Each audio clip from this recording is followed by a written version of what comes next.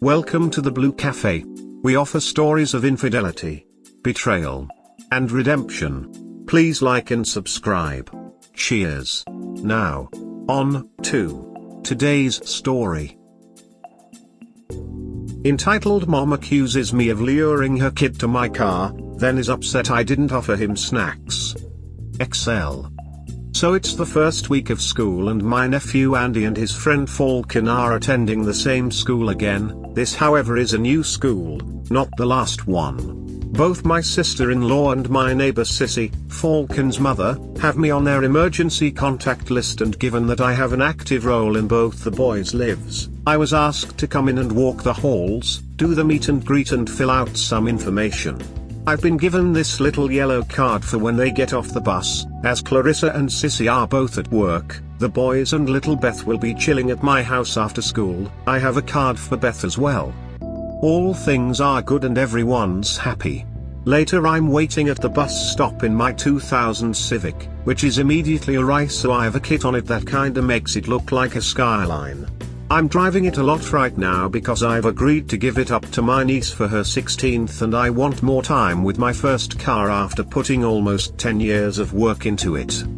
Things start when I hear a lady, we'll call her Karen, not because she's a Karen, but because I know that's her name, talking crap about my car.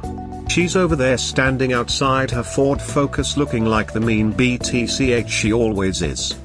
I know Karen well enough. Her son, who I will call Dennis like the menace, was once Falcon's friend, and would be at my house with Andy and Falcon, and their other friend Puck. Puck is not his name, but I call him that, and it's a nickname that sticks. He looks like the character from Gargoyles when I was little boy with long platinum blonde hair and elven features. He likes the nickname, his parents get the joke, but he is a timid effeminate little boy. So, a little backstory on why I'm bringing this up. Puck, Dennis, Andy, and Falcon were over my house a lot. Puck would come by all the time to get Otter Pops or fruit snacks, or muffins randomly, even when Andy wasn't around. He's a good kid. They would play with him all the time. Then one day, he stopped coming over when Andy and Falcon were over, but would still stop by randomly. So I had noticed Dennis being a brat to Puck, and I had a couple of times stopped Andy and Falcon from being mean or saying mean things to the kid. They never mistreated this kid before Dennis started hanging out with them. Turns out, Karen, Dennis' mom, is like hardcore this West Barrow Baptist style Christian, and thinks little Puck is gay and didn't want Dennis hanging around him. She even came to my house and talked to me saying she didn't want Puck there when Dennis was there. When I kindly told her to go Puck herself, "You don't dictate what happens in my home," she hit me up with "you're not even the kid's father" kinda crap. Falcon's dad was still alive at this point, so I asked him to go tell her to go Puck herself. Cissie doesn't like her in any way. Well, I came to find out from Puck's mother that Dennis had told Puck he couldn't play with them at my house anymore, and Dennis had beat up Puck. I went to talk to Dennis about this, later when he was at my house, and he said his mom told him it was okay cause Dennis was a fag and he was going to hell. These kids are not even 11 yet. So I went to talk to Karen, who was a real bitch about it, like terrible, and I ended up saying that Dennis couldn't come back to my house. Also I talked to Falcon and Andy about what Dennis did, and talked to their parents. End result, neither Clarissa nor Cissie wanted their kids to be around Dennis. Cissie didn't like Dennis because of all the trouble he caused in her house. This was just the final straw. So, fast forward. Karen is giving me the stink eye and I'm just ignoring her. The bus comes, Andy and Falcon get off, they come to the car. All the kids are fascinated by my car. And I hardly let the kids ride in it instead of my truck because, well, I worked all summer long back in 2006 to get those fancy seats and stuff. I usually don't even like to have little kids in it, but I'm cruising and we're gonna go to Rita's today. Italian ice. A bunch of the neighborhood kids come up and they talk and ask about the car. I'm letting myself see the inside, though I'm wiping my hands and whatever. I got a little thing on the front like Knight Rider. Yes, I'm a nerd, but it's cool. Buses come, we wait for Beth's bus, she goes to a different school and eventually Dennis gets off the bus. He sees Andy and Falcon, he sees the car, he sees me, he comes over. Now I can be an asshole and tell the kid to get lost, but I'm not particularly venomous about the kid. He comes up and his mother comes quickly. He asks me if he can see the car, he's always been into it. I look at Andy and Falcon who are like, not sure what to do, and I'm like, sure Dennis, take a mask, wipe your hands. I got a box of masks and gloves and hand wipes and stuff. Half of that shit was in the car before COVID, but you know, little kids can't be vaccinated and they got grubby little Cheeto hands. His mom doesn't like this. I hear her screech. What's going on? What are you telling him? He is actually cool about it. He says, it's okay mom, he just asked me to wipe my hands and wear a mask. He's gonna let me sit in the front. She starts in with the, why does he have to wear a mask, the other kids aren't wearing a mask. I tell her the ones who jumped in my car got a mask and had to wipe their hands. She then goes off about COVID and blah, blah, but then takes a turn when she says something in her tirade about me luring kids to me with my car. I had to stop and stare at her ass. Now Andy, my nephew, he been in the car many times. He knows that if you lift the thing in the back seat, there's a cooler down there and so he goes for the snacks. He always does. While this crazy lady is yelling at me. After a moment of craziness, and the boys munching on chips, Beth shows up. I'm so happy, I close my doors, lock them and go get her. I come back, Karen is still in my car waiting to fuss at me. Dennis is waiting to get into the car. I tell him, maybe next time, cause I just want to leave. He asks if he can have a snack. I look at his mom, and she goes, what, you're not even going to offer him a snack? You gave the other kids snacks. Technically Andy gave Falcon, and the little Asian Indian kid I don't know his name, snacks from my car. If he didn't give Dennis one, that was intentional. I know Andy, and he's a little stinker in the making. But I'm like, sure, fine, what do you want? We got chips and juice and some mini Snickers. All shit I can't eat no more on my diet, but I keep my car and my shelves stocked. Gotta use that Costco card for something. Dennis does not want a snack now, he wants to get into the car. I think he thinks it's either or, like he can't do both. His mom snarls and tells him to get a snack, then Beth asks if we're going to Rita's, and I say yeah, we'll go to Rita's, and she says she hopes they have the birthday cake. Dennis goes, ooh, birthday cake, can I go? And I don't want to say, hey, you mini hate crime the kids, so Cissie and Clarissa don't want you around their kids, and I don't particularly like you, which would be the truth. Instead I immediately get slick at the mouth and say, I don't think that's a good idea, wouldn't want to lure you in with my car and the promise of treats. Looking directly at his mom, who then lays into me for not offering to take the kid. Not 5 minutes after she said that crap earlier. She then starts talking loud and getting the other parents there involved. But this is my neighborhood, and most of these people know me, Andy and Falcon, and Dennis has been a little shit forever and people are tired of Karen, so, thankfully the most unlikely person in the world spoke up. The old Asian lady was so sweet, I didn't think she spoke English, or spoke it well. But she told her to shut up and take her badass kid home, and I heard that clear enough. Folks was laughing, she scowled at me, and I told Dennis he could sit in the front seat before he left if his mom agreed. Of course she didn't, called me an asshole and drug her kid off. After that we went to Rita's and all was good, but I heard the kids talking about Dennis' crazy mom the whole time. I tried to stir the conversation away, talking about the first day of school and all that, but nope, they wanted to talk about Dennis and his crazy mom. So yeah, that's my experience with an entitled mom. Problem is, this is probably gonna be a thing since we pick up the kids at around the same time. Though the rest of the week she only glared at me from her punk ass car, and Dennis has arrived before Andy and Falcon since, so it's not been a huge deal. But I'm sure that woman's a ticking time bomb. Suggestions: Get dash cams for your car/truck. Check if your state if you can record voice in public, if so record her, because if it gets worse you will have a record. Install home security cameras, inside and out, don't mention it to the kids. When she/they do something over the top, it will be he said/she said, but he has a recording. Have home security cams everyone, but not dash cams. Probably gonna do that anyway after a recent incident with the cops. In the meantime, you might try this dashcam app Daily Roads Voyager. I use it, and it turns your phone into a serviceable dashcam. Yeah, this suggestion was made after an incident the other day in my truck. I think I will do this for both cars, just because my niece may need it. You mentioned Puck at the beginning of your story getting harassed, but he wasn't part of the end. Is he okay and safe from Dennis? Yeah, I think so. He goes to a different school than them.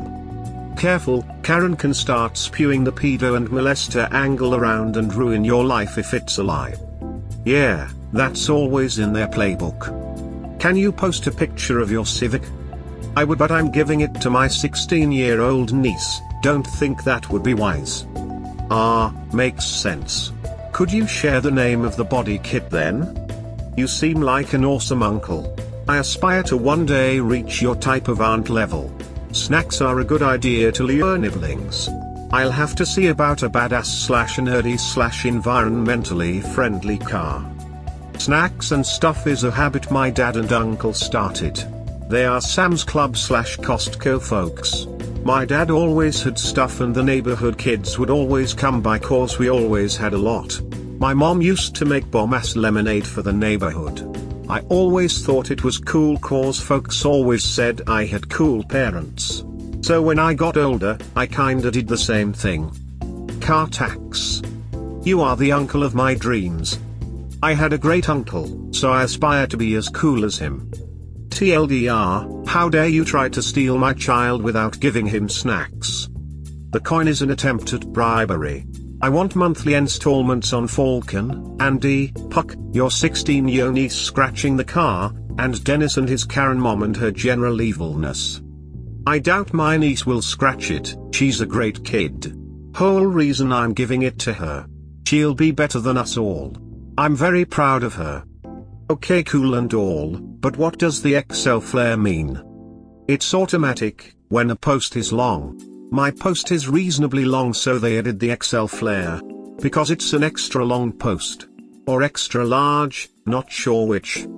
I see, well then, expect any entitled parents' stories from me to be this. I've never encountered an entitled parent where the situation was easy to explain. Well, yeah, but I have to go into extreme detail on all my posts actually. I tend to do that myself. Some folks are just wired like that. Everyone tells things in a different way. I have to fight not to talk about little observations I make all the time, especially about food. I just write these to get them out of my head and down. A sort of catharsis for a situation I've been in. Write it for yourself and add the details that come to your mind. I think if you're manicuring it and writing it with the idea of how it's going to be consumed, then you may be sharing it for the wrong reason. Be you, be detailed and long-winded if that's you. Hell, I am. Don't be ashamed. We're not pro-writers or anything, we just write what we think. I imagine you write exactly as you would tell the story if we were face to face, and you get much love from me for that. I tried posting in a Mythos hole once and my post was immediately taken down. The rules say you can't exceed 3k characters. Mine had almost 11k, but removing any bit of it would have taken away something very important to the story and would have caused a key point to be missed. I had to just conclude myself NTA on my own. That's a lot of words. I couldn't follow it. Sorry. Yeah, I talk how I write. It's not always clear. When does the novel come out? Lamau up, I think you're hilarious. Your crew of short-legged resource sinks are pretty cool too. Just watch your sis when your car becomes hers. Karens are wild and unpredictable. I get you were trying to be nice to the kid, however, he's old enough to know what he did was wrong, even if his mom told him it was okay. Also, that lady is absolutely going to ruin that kid's life or drive off any friends he might make. So yeah, tell him he did wrong and that's why he's not allowed around anymore. Let him hear it from other adults, encouraging some independent thinking. I worry about that. Like, overstepping bounds. There's a whole lot of, don't you parent my kids shit going on. We got a good neighborhood where most folks know each other, but it ain't like it was when I was little. It's not a village no more. Who names their kid Falcon? Falcon is kinda a cool name, NGL. A woman of Native American descent. Cissie is half Choctaw. I don't know if I'm spelling that right and I'm too lazy to look it up. She's from like New Mexico, Colorado or something. Also, his name isn't really Falcon, but he's named after a bird of prey. The kids you take care of are actually Native American and you still refer to them as Indian because you don't want anyone to get confused. You are a ducking idiot. Awesome, you triggered. Falcon, Andy. Sounds like a fan of Marvel movies, smiley face. They are, but not sure how Andy works into that. As honest a self-assessment as I can make, so, my therapist challenged me to sit down and inventory myself. Let me paraphrase him. People are very good at talking about what they intend or what they have done in the positive, but rarely give the same thought to what they do that might cause friction with others. It's hard to empathize when we have no idea how hard someone takes our actions. Instead of focusing on what you're attempting to do or what you think you do right, think about behaviors that cause friction. Not necessarily faults, just things that you do in general that cause friction. So here I am with a list of my own. I am a know-it-all. I know things, some people don't know things. I don't think I'm better than anybody because I read a book, but I have a habit of correcting misinformation or sharing knowledge that people don't know or get wrong. I'm incredibly aware of this and have a few rules about it. Never correct anyone in front of anyone else. Try not to correct people on things that aren't that important. In fact, I ended up using non-committal language over the years when correcting people. Like saying I'm not sure, or that I had heard someone say, or whatever. Just make sure I never sound either smug or superior when I do it. I also actively try not to do it, but I have poor results.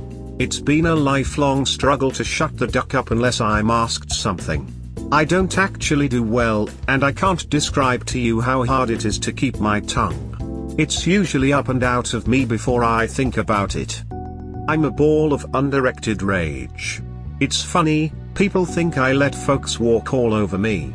They say, oh, you're too nice, or you're so soft or gullible. You let people take advantage of you. Then later you explode and yell and shout. No, I'm not gullible, I'm fully aware of people's machinations. I'm also neither soft or as forgiving as people think. When I stopped being too small to defend myself against racists in my school, bullies on my block, and black kids who thought I acted white cause I could speak properly, I got violent.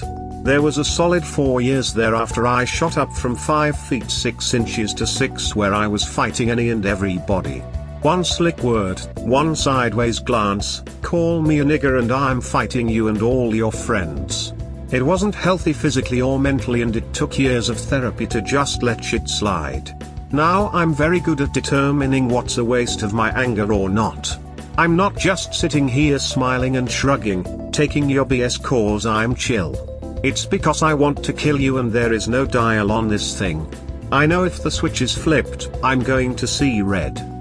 I can be cynical, nihilistic and untrusting at the best of times. This one surprises a lot of people who don't know me too well. My wife is good for this one, cause she knows the face that most people see as a mask I used to disguise the fact that I personally believe people are just as good and pure as what they think they can get away with. I expect people to disappoint, betray, disrespect, defile, and all that. I just don't outwardly show it and I try, probably because of my grandmother's years of drilling into me, that you act on what you hope rather than what you fear.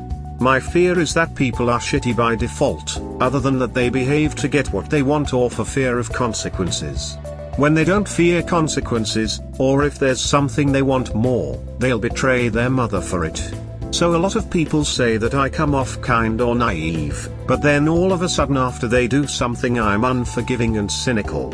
My wife is genuinely surprised she's getting a second chance. I am too. My smile doesn't reach my eyes. I wouldn't say that my persona is an act. More like a set of behaviors that have been drilled into me. A man behaves a certain way, you got to do this. So sometimes I seem cheerful and happy, but that's not how I feel. I'm doing all the right things, but more observant folks can pick up on it, and when it shows it gives people whiplash. I get arrogant when I'm challenged. I try to be humble, I really do. But that goes out the window when someone insults my intelligence or me in general. Especially in certain circles and situations. I'm not the smartest guy in the world, but I've got a brilliant mind and I'm very good at showing it when I have to. Sometimes you can bring a bit of my grandfather out of me and then you've got this reasonably intelligent monster. You spend years with folks treating you like you're the dumb black kid, despite being skipped up in school, you get a chip on your shoulder that's very hard to get rid of. Despite the fact that in your heart you don't believe you're all that smart. I mean, anyone can read the book and answer the questions. I complain. A lot. In fact, I will probably do anything I'm asked to do within reason, but don't expect me not to bitch about it. When I went home, I did chores. I'm gonna grumble about doing anything I don't wanna do. But I do it. I also know what's expected of me and tend to act without being asked sometimes. I'm still gonna bitch about it to myself. You say, well, no one asked you. And I give you that look like, come on. Like you know when you're on that phone call with your fam and they telling you about all their struggles and situations, leading up to them inevitably asking you for money, but if you sigh and ask, how much do you need this time, they go, I wasn't going to ask you for money. But they totally were, and they totally end up doing it every time. If you can hit me up for money whenever something goes wrong in your life, I can bitch about it. I don't even bitch about it to you, or to other people. I'm actually not as trusting as I appear. This may go along with number 3, but I cannot stress this enough, I'm not trusting at all. The thing is, nothing works if you do not operate with trust. So it's like, okay, I don't trust this worker in the store, but I gotta let him do his things without monitoring him at least once, cause acting on my mistrust will most likely lead to him feeling persecuted and then manifesting the behaviors I'm worried about. I have to risk the dagger in my back despite being sure it's coming, because to try to preemptively deal with that, will land a dagger in my back. I can't explain it better. The thing is, if asked, I will tell you I don't trust you or anyone else. Which rubs people the wrong way. I literally had someone ask me, so you saying you don't trust me either? No, I don't trust anybody, people are about as loyal as what they can get away with at the time. I can switch from being emotionally open, loving, and dotting to cold at the drop of a hat with little explanation. There's a reason you did something. And I probably asked you about it in the past and it didn't change or wasn't a big deal to you, so the next time you do it, instead of talking about it, I just walk away or disengage. And if I do that, I'm probably not going to open back up for a while.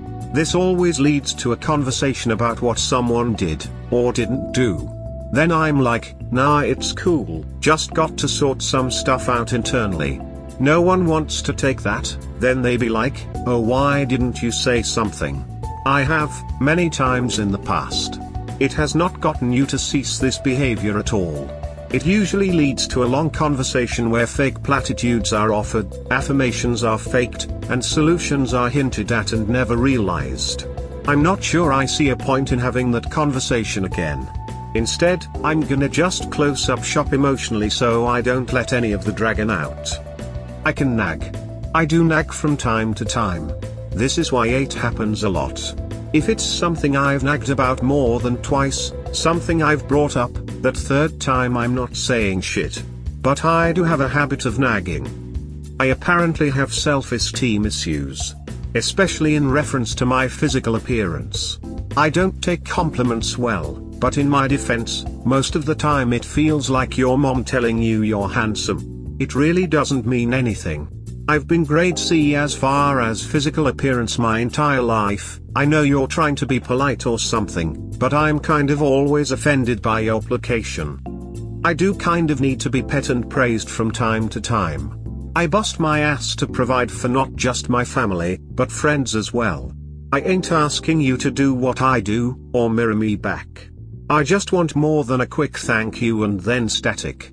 How about you people call me and see how I'm doing instead of only calling when you need help or the sky is ducking falling. I don't think it's too much to ask to be appreciated.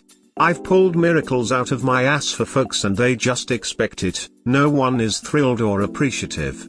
That's just unfettered. He can do that. No mother ducker, this shit takes hard work and time and sacrifice. I don't care how easy I make it look, none of this shit is easy. I can be dismissive of people's dumbass ideas. In my defense, people are getting dumber every year and it's getting harder to pretend I don't notice. I didn't argue with my wife about my look cause I'm sure she was right. I used to get in trouble as a kid for my face, with my parents. Apparently I can't hide the what the duck are you on about facial expression. I have been working on that with very little success. I get excited about things I'm passionate about very easily and I talk about them. I don't know if you can tell from all the typing, but IRL I talk a lot. I also listen a lot. In fact, my mind is always going a mile a minute, and it's hard to not be thinking about something. My wife uses this against me in conversations she just doesn't want to have. To listen, you have to stop thinking of your next argument and just listen. She knows if I do that for too long, my brain will literally go into standby mode. So she literally takes a knee in conversations. She'll be like, I'm thinking, but she's not thinking. She's trying to see how long straight silence and an empty mind will take for me to fall asleep. It's not long. This doesn't extend to my wife and family, cause I got a pretty good hold on this with them. But other people, especially people online, I have a tendency to have twice the venom they spit at me. I never start shit. That's not my thing.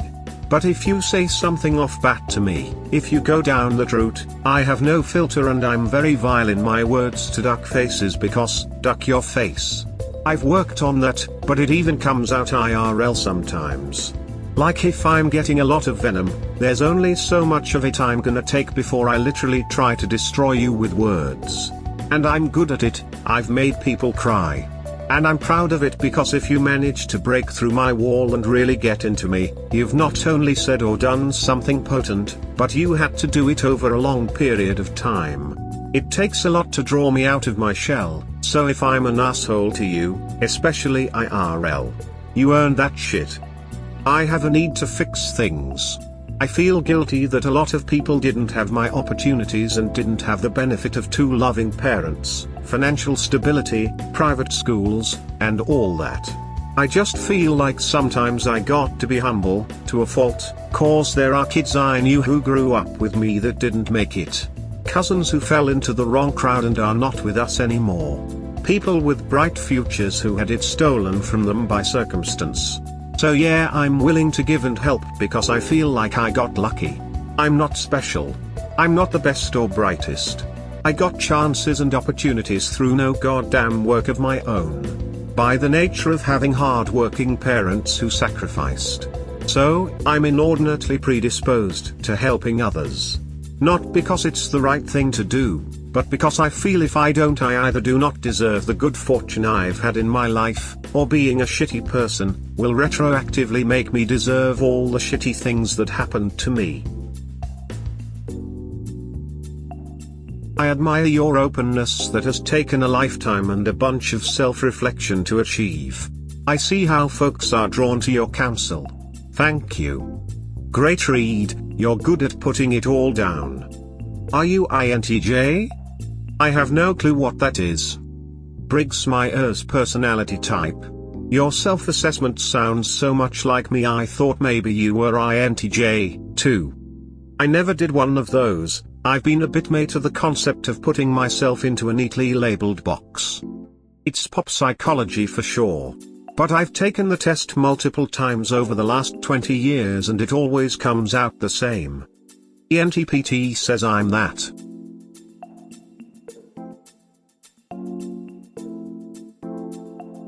We hope you have enjoyed today's episode. Please comment, like and subscribe. Cheers. Have a wonderful day or night, wherever you are.